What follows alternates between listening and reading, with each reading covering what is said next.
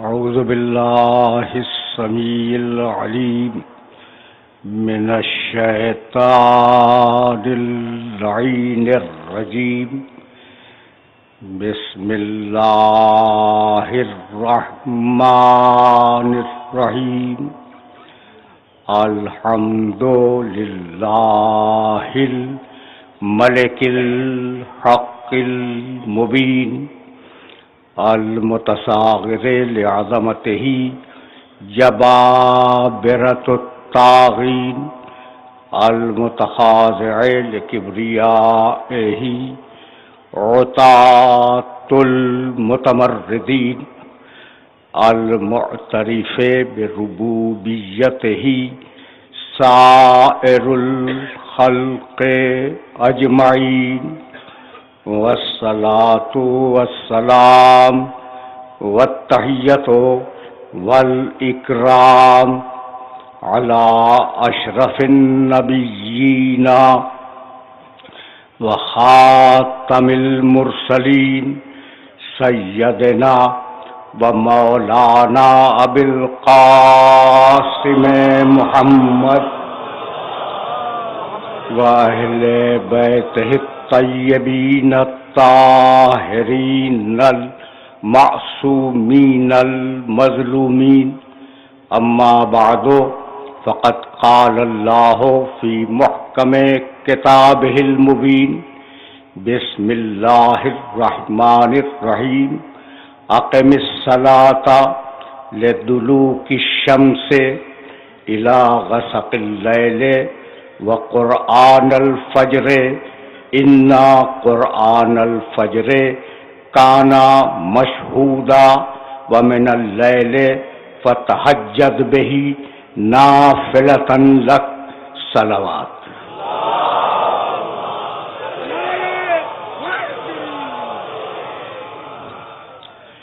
عزیزان محترم، مقام محمود اور صدق و حق کے عنوان سے ہم نے جس سلسلہ گفتگو کا آغاز کیا ہے وہ سلسلہ گفتگو آج اپنے تیسرے مرحلے میں داخل ہو رہا ہے. یہ دو آیات جن کی تلاوت کا شرف میں روزانہ حاصل کر رہا ہوں،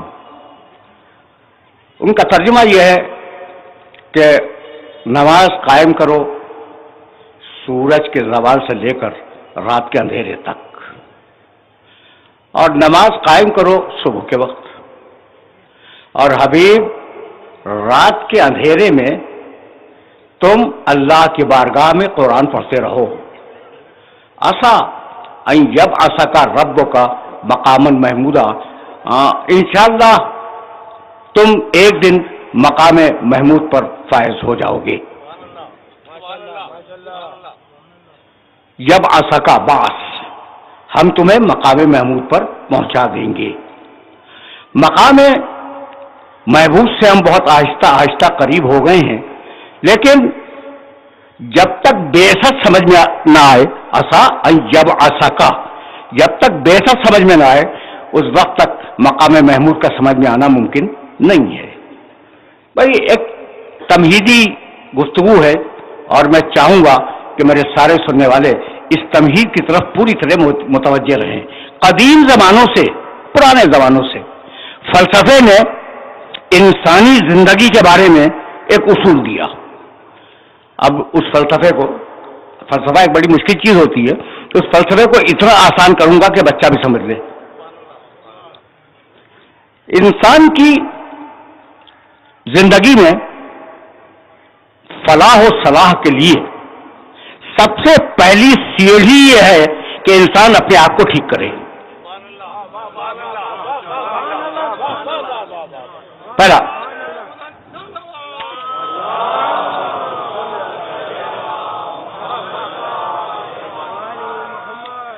یعنی پہلا مرحلہ کیا ہے اور پہلی منزل کیا ہے معاشرے کے ٹھیک ہونے کی؟ انسان پہلے اپنے آپ کو ٹھیک کرے، اپنے نفس کی تطہیر کرے. جب نفس کی تطہیر ہو جائے تو پھر اپنے گھر اور گھرانے کی تطہیر کرے. پہلے کا نام ہے تہذیب نفس، جسے قرآن نے تزکیے کے نام سے ارشاد فرمایا ہے.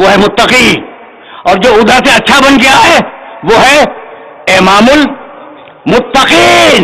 قرآن نے کہا ام نجعل المتقین کالفجار، ہماری نگاہ میں فاسق و فاجر اور متقی برابر نہیں ہو سکتے، تو جب فاسق اور متقی برابر نہیں ہیں تو فاسق اور امام المتقین کیسے برابر ہو جائیں گے؟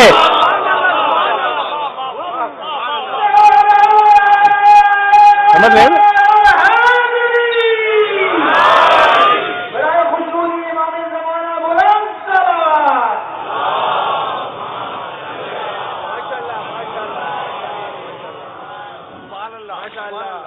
ٹھیک ہے نا، کہ جب فاسق اور متقی برابر نہیں ہے اللہ کی نگاہ میں، تو فاسق اور امام المتقین کیسے برابر ہو جائیں گے؟ تو اب مجھے جملہ کہنے کی اجازت دیتے ہو کہ جو اللہ یہ برداشت نہ کرے، یہ برداشت نہ کرے کہ ایک متقی کے آگے ہو جائے، نہیں بھائی نہیں بھائی، اب یہ جملہ تو تمہیں ہدیہ کروں گا اور اس جملے کو ہدیہ کر کے آگے بڑھ جاؤں گا۔ اللہ یہ برداشت نہیں کرتا، اللہ یہ برداشت نہیں کرتا کہ ایک امتی ایک غیر معصوم کے برابر ہو جائے، تو یہ کیسے برداشت کرے گا کہ غیر معصوم آگے ہو، معصوم پیچھے ہو؟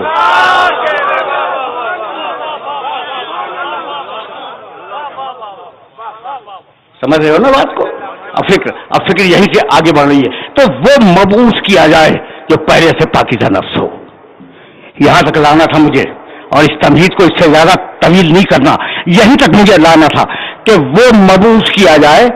مبعوث کے معنی بھیجا جانا، اس لفظ کو بھی واضح کروں گا کسی دن کہ بعثت کے معنی کیا ہیں، اور قرآن نے مبعوث کے لفظ کو کس مفہوم میں استعمال کیا ہے۔ وہ آئے اس دنیا میں لوگوں کی ہدایت کے لیے جس کا نفس پہلے سے پاکیزہ ہو۔ بعثت کی کل 2 آیتیں پڑھوں گا، اور یہ دونوں آیتیں تمہیں ہدیہ کر رہا ہوں، خدا کی قسم کھا کے کہہ رہا ہوں کہ تمہارے سامنے یہ دونوں آیتیں نہ پڑھتا اگر تم صاحب فکر نہ ہوتے۔ تم صاحب فکر ہو نا، بات سمجھنے کے عادی ہو۔ مجلس حسین کی برکت ہے اور اس کا فیض ہے کہ مشکل سے مشکل مسائل بھی حل ہو جاتے ہیں نا۔ تو اب سنو کہ میں کہنا کیا چاہ رہا ہوں۔ 2 آیتیں بعثت کی قرآن مجید سے، ایک آیت سورہ جمعہ کی، اور سب کے ذہن کے اندر پہلے سے محفوظ ہوگی۔ هو الذی بعث فی الامیین رسولا منہم، هو الذی بعث فی الامیین رسولا منہم یتلو علیہم آیاتہ ویزکیہم ویعلمہم الکتاب والحکمہ وان کانوا من قبل لفی ضلال مبین۔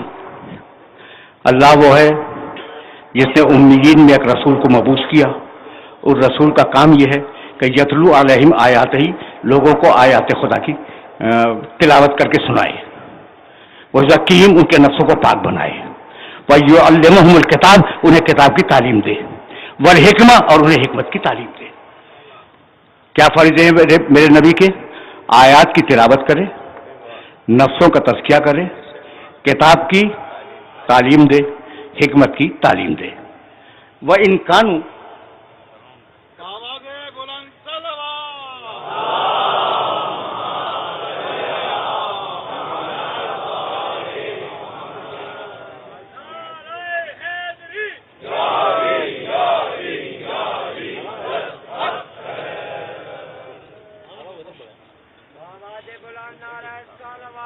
ہمارے شریف آج بے فرمائے دیا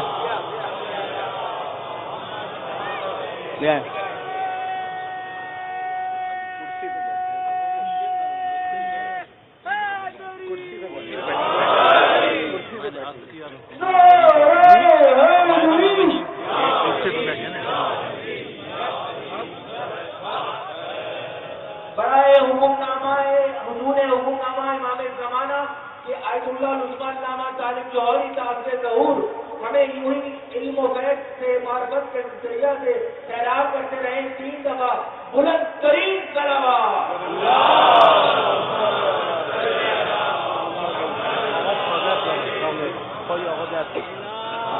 دور ہے، نمیذاره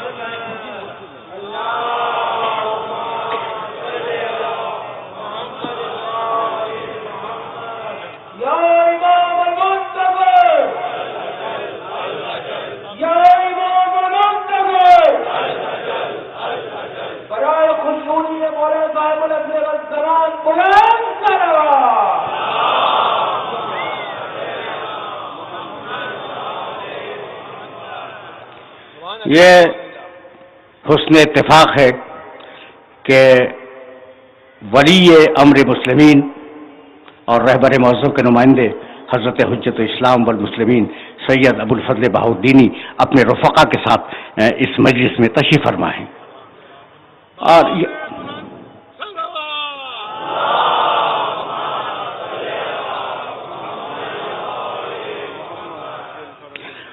ظاہر ہے کہ یہ خود ان کے لیے بھی شرف ہے کہ وہ ذکر حسین میں شامل ہیں. اچھا بھائی میرے دوستوں میرے ساتھیوں بتلا سکتے ہو میں کہہ کیا رہا تھا؟ آپ فرما رہے تھے کہ بھائی سبحان اللہ، ایسا مجمع ہو تو بھی پڑھنے کا لطف بھی آتا ہے. پوری آیت پڑھ دی. اچھا بھائی میں نے وعدہ کیا نا آپ سے،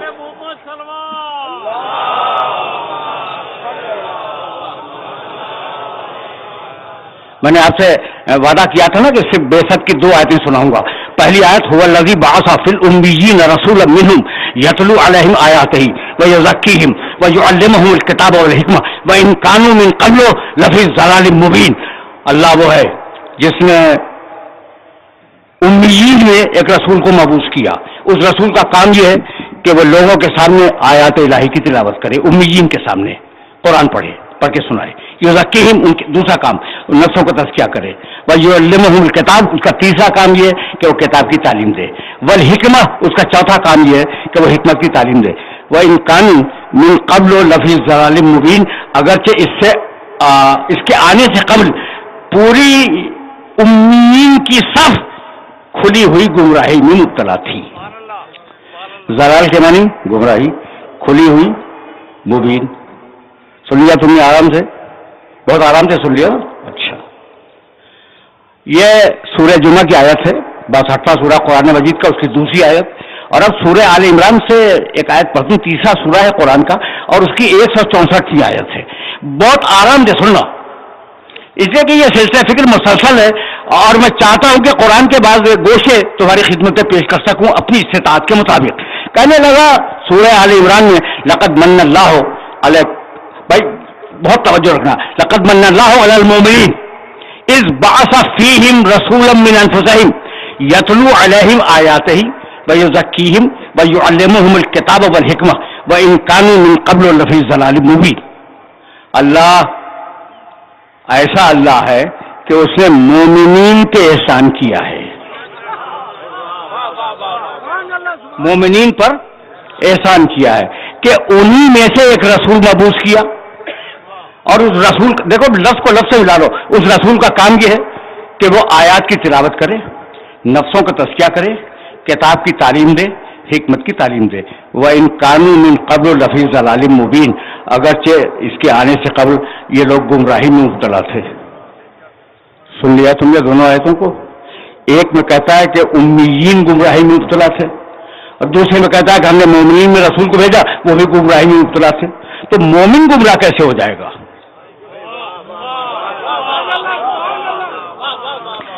بھائی اب اتنی بات تو طے ہو گئی کہ اللہ نے، یعنی یہ بعثت کی 2 جہتیں ہیں، یہ نہیں کہ 2 مرتبہ مبعوث ہوا. ایک جہت سے مومنین پہ مبعوث ہوا، دوسری جہت سے امیین پہ مبعوث ہوا.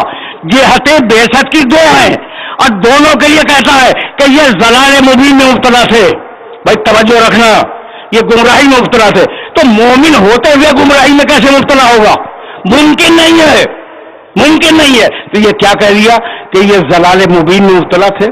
تو اب اگر ضلال مبین کے معنی کھلی ہوئی گمراہی کے ہیں تو پھر کیا یہی معنی کرو گے یہاں پر بھی؟ اگر قرآن کافی ہے تو معنی بتلا دو.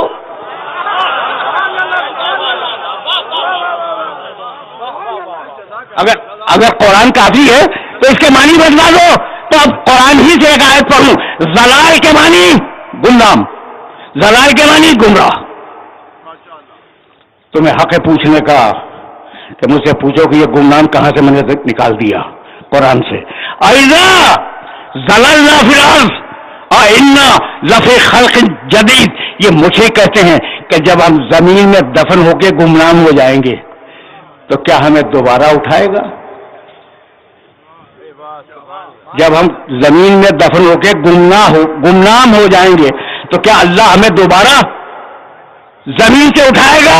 گمنام ہونا ضلال, گمراہ ہونا ضلال. سن لیا تم نے؟ ضلال کے دو معنی ہو گئے, ایک گمنام ہونا, ایک گمراہ ہونا. تو جو امیین گمراہ تھے, مومنین گمنام تھے.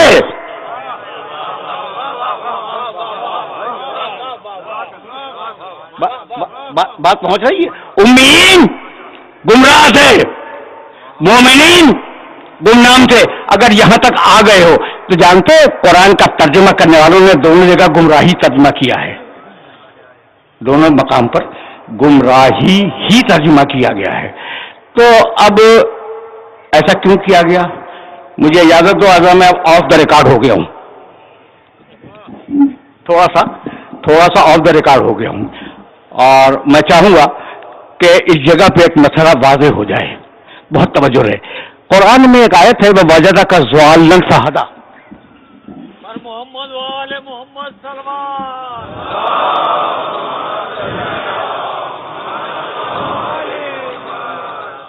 وَوَجَدَكَ ضَال, ضال کے معنی گمراہ, ضلال کے معنی گمراہی. قرآن میں پیغمبر اکرم کو اللہ نے مخاطب کر کے کہا وَوَجَدَكَ ضَالًّا فَهَدَىٰ. ترجمہ جانتے ہو کیا کیا ہے ہمارے بزرگوں نے؟ کہ اللہ نے تمہیں گمراہ پایا تو ہدایت کر دی تمہاری. ٹھیک ہے نا؟ اللہ نے گمراہ پایا کس کو؟ وہ جس کے نفس کا تزکیہ خود کیا تھا اس کو. اللہ نے, ترجمہ یہی ہے, جا کے دیکھ لینا مترجمین کے, مترجم قرآن کے اندر ترجمہ یہی ہے کہ اللہ نے تمہیں گمراہ پایا تو تمہاری ہدایت کر دی, ہے نا. جبکہ ایک ترجمہ موجود تھا کہ اللہ نے تمہیں گمنام پایا. تو جب ایک ترجمہ موجود تھا گمنام کا, تو گمراہ کا ترجمہ کرنے کی ضرورت کیا تھی؟ اب ان پر توہین رسالت کا آرڈیننس نافذ نہیں ہوتا.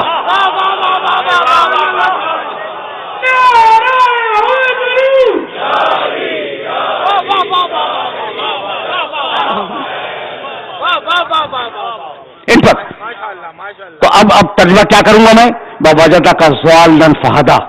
حبیب ہم نے تجھے گمنام پایا, فہدیٰ تو پوری خلقت کی ہدایت کی تیری طرف.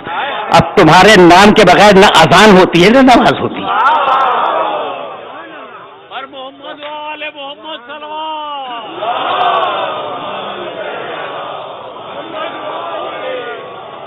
خوشنودی حبیب خدا خدا قریب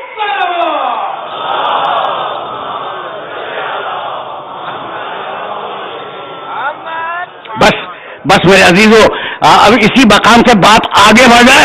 ٹیکنیکل مسائل میں الجھانا نہیں چاہ رہا ہوں میں. هو الذی بعث فی الامیین رسولا منہم. خدمت شما حضرت آوا ترجمہ سنو بھائی, کبھی کبھی ایسے بھی سن لیا کرو. هو الذی بعث فی الامیین رسولا منہم. اللہ وہ ہے جس نے ایسا رسول بھیجا. میں پوری ذمہ داری سے ترجمہ کر رہا ہوں. هو الذی, اللہ وہ ہے جس نے ایسا رسول بھیجا. یہ تعارف کس کا ہے؟ اللہ وہ ہے جس نے ایسا رسول بھیجا. رسول پہلے سے پہچانا ہوا ہے. اللہ اپنا تعارف کرا رہا ہے رسول کے ذریعے. اب اسے ذرا اور آسان کر دوں بھائی. اس سے پہلے کی آیت پڑھ دو, بسم اللہ الرحمن الرحیم. یسبح للہ ما فی السماوات و ما فی الارض الملک القدوس العزیز الحکیم. هو الذی بعث فی الامیین رسولا منہم. اللہ ملک ہے, قدوس ہے, عزیز ہے, حکیم ہے, اور اللہ وہی ہے جس نے ایسا رسول بھیجا. تو یہ تعارف رسول کا نہیں ہے, اللہ کا ہے رسول کے ذریعے سے. تو اگر چھوٹا اس قابل ہو